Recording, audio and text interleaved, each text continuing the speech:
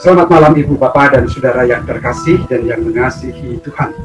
Selamat berjumpa kembali dengan saya Pendeta Hosea dalam doa bersama malam ini, Jumat 7 Mei 2021. Kita bersama-sama akan mengangkat sebuah tema, tetap menerangi.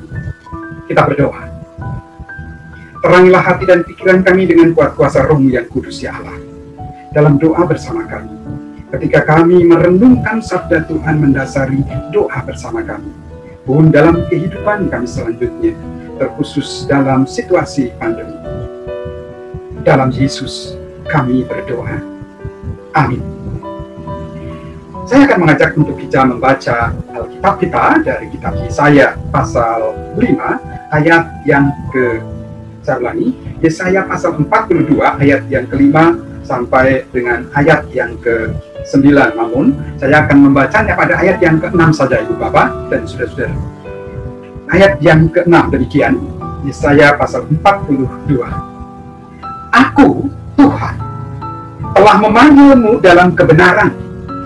Aku akan memegang tanganmu dan menjagamu. Aku akan menetapkanmu sebagai satu perjanjian bagi umat manusia dan sebagai terang bagi bangsa-bangsa lain. Ibu Bapak dan saudara-saudara yang terkasih, Yesaya mewartakan atau menubuatkan tentang hamba Tuhan juga terkait dengan dirinya sendiri sebagai yang dibenarkan, sebagai yang dipanggil dan diutus untuk menjadi berkat, menjadi terang bagi orang Israel, bagi bangsa-bangsa di muka bumi. Ibu Bapak dan saudara, hal ini mengingatkan saya pada pengalaman Petrus, namun juga para penginjil di Nusantara ini, sebagai bangsa di luar Israel atau di luar daerah Palestina. Petrus khususnya dan para murid lainnya adalah orang-orang yang menerima panggilannya, panggilan Kristus, dan percaya. Matius pasal 16 ayat 16, Yohanes pasal 11 ayat 21 dan 27, dan yang lain. Mereka ini dibenarkan dan ditetapkan sebagai anak-anak terang.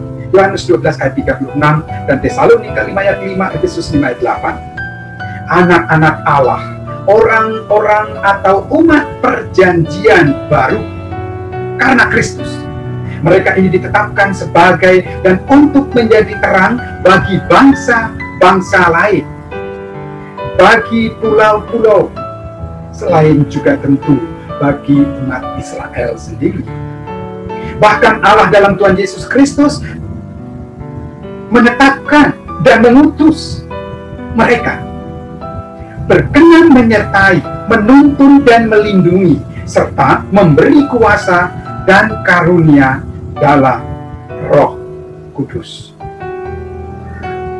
Sehingga ketika ia dalam kelemahan dan ketertutupan, dalam arti membatasi diri sengaja atau tidak, untuk menjadi terang, untuk menghadirkan damai sejahtera atau Injil bagi bangsa-bangsa lain,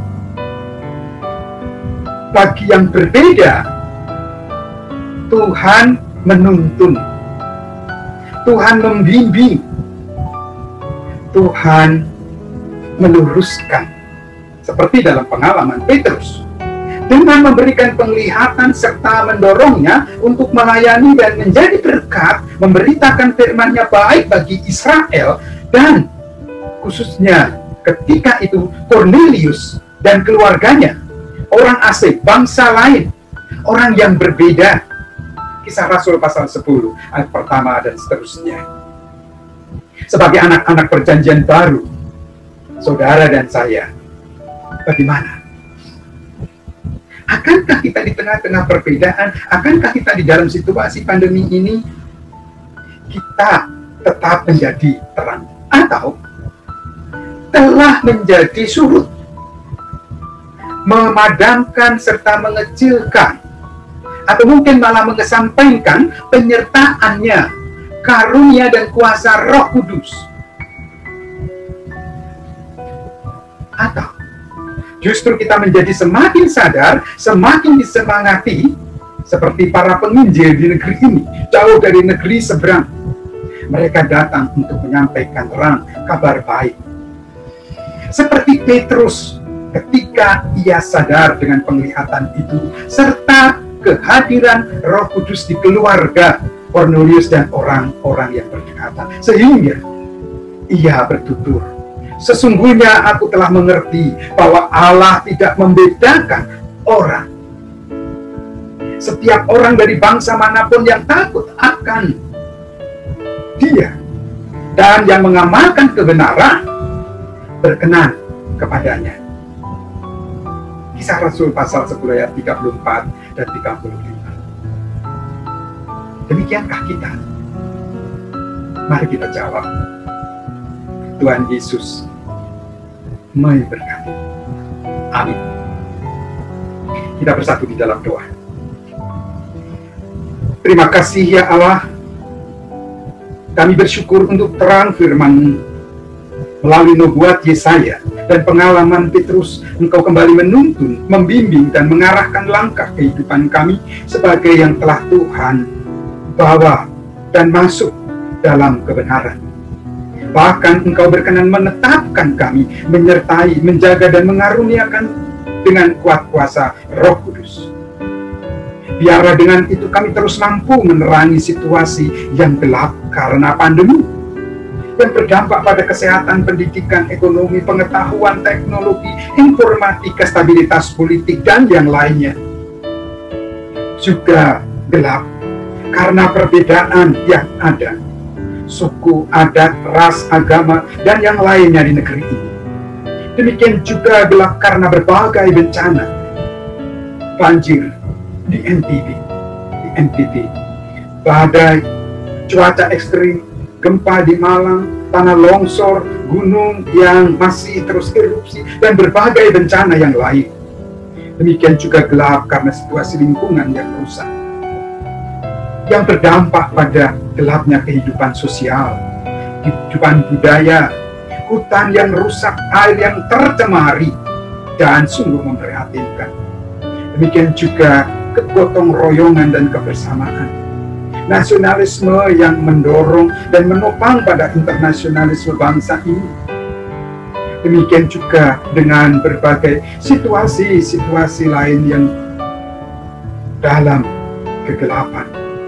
Biarlah dengan kuat kuasa Roh Kudus-Mu ya Allah, kami Engkau mampukan sebagai pribadi, sebagai persekutuan orang-orang percaya yang menerima dan telah Engkau benarkan, sebagai gereja Tuhan yang Kau utus.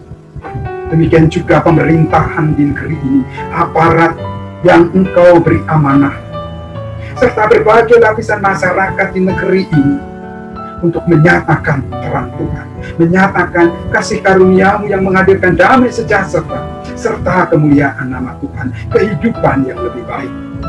Bukan hanya bagi kami, bangsa ini, namun juga bangsa-bangsa lain dalam kegelapan mereka. Untuk kesempurnaan doa, syukur, dan permohonan ini, dalam nama Yesus Kristus Tuhan, dan dalam pengasihan-Mu, kami mohon. Amin. Demikianlah Ibu Bapa dan Saudara doa malam kita bersama. Mari tetap dan terus menerangi dalam langkah melewati pandemi. Selamat malam, selamat beristirahat. Tuhan Yesus menyertai.